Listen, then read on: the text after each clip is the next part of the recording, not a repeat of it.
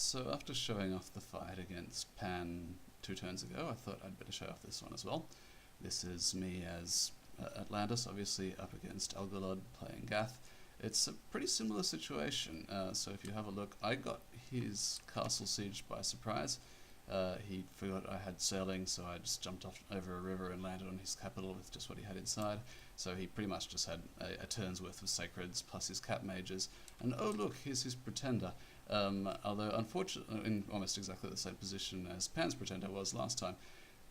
Unfortunately, this guy is sitting in a ton of his own candles, so he has 398 hit points. Once he gets personal regen up, he's going to be regenerating 35 hit points a turn. He doesn't have any kit on him, and I have no idea why. If he'd had a... I would have definitely put a ring of regeneration on him just to get up to 60 regen a turn, and either some reinvigoration gear or some anti-magic gear, because those would be the things that I could kill him with.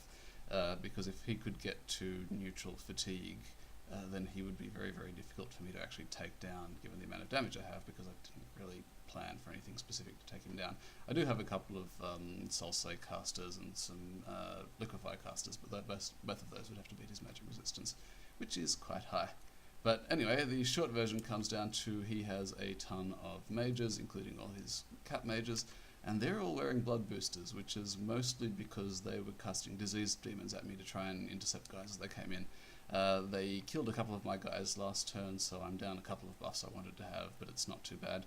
They only killed one guy this time who was going to cast Rain to negate these fire snakes and these fiery imps and these emberlords and things like that. But as you'll see, I've got something else. Now, the reason this is already dark, even though I haven't cast anything, is that someone captured a throne last turn, so there's darkness everywhere, but I'm going to put up proper darkness in a second anyway. So let's see how we get started. And the way we get started, after some buffs from him, is that he casts a bloodletting, the first of several, which does absolutely nothing against my guys, basically. Puts a little bit of damage. And we've got the fiery imps and the storm demons casting that. So I put up a Grip of Winter, Warriors of Niflheim to negate the fire. He put up a darkness. I put up... let's slow this down. I put up Will of the Fates. My guys now have luck, which isn't that fantastic on a single dude, but when it's across an entire army is absolutely backbreaking. He's going to struggle quite a lot to kill my dudes from now on, which means that when he puts up his... I think he has one more bloodletting.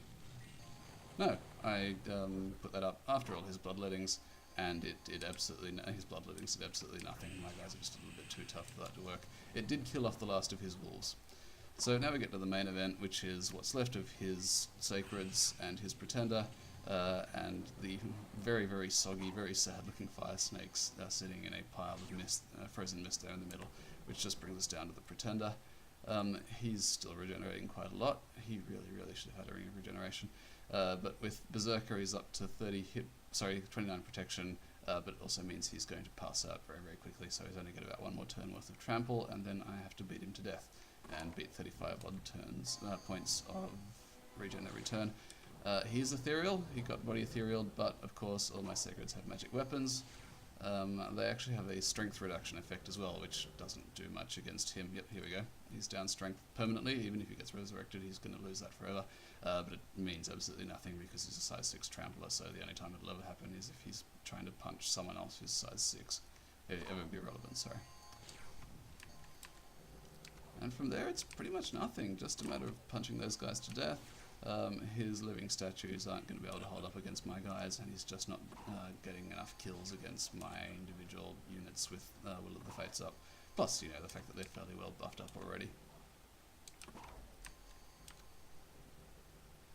I did end up losing quite a lot of netfish, but hey, those are easy to replace.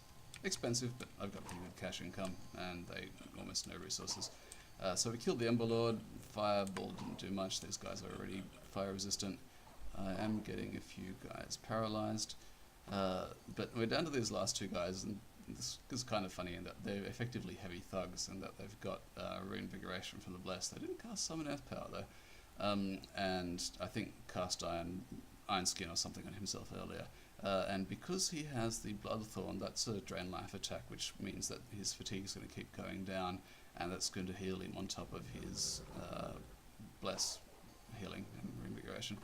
But, of course, that's not going to outrace an entire army of my Sacreds, even if my mages are doing nothing out the back there but calling up some skeletons, and that's the end of it. I took about 80 casualties, he took about 90 casualties. I lost no commanders within the fight, he obviously lost a ton, but one of them did get disease, so he's probably dead, given that I probably won't be able to get any kind of healing item to him in time. And I'll put up the actual end result in a screenshot again.